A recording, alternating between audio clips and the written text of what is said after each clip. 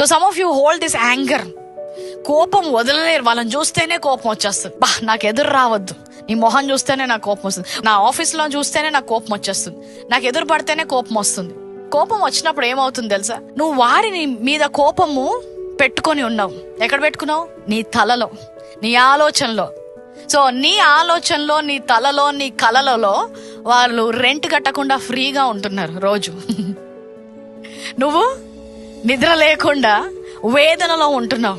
వారికి క్షమించండి. నేనెందుకు క్షమిస్తాను? వాళ్ళు ఎంతగా నన్ను గాయపరిచారో నాకు ఇంకా గుర్తుంది. ఆ రోజు నేను ఇంకా మర్చిపోలేను. కోపాన్ని విడుదల చేయి. దేవుడు చెప్పిన ప్రకారం క్షమాపణ వదిలే. వారిని దేవుడే చూసుకుంటారు. నా జీవితంలో, నా ఆలోచనలో, నా యొక్క కలలలో, నా యొక్క డైలీ లైఫ్ లో వాళ్ళు ఎందుకు ఉండాలి? నీకు నచ్చినప్పుడు వారి గురించి ఆలోచించి నీ యొక్క సమయాన్ని వ్యర్థం చేసుకోవడం కంటే అది దేవునికి వదిలేయడం బెటర్.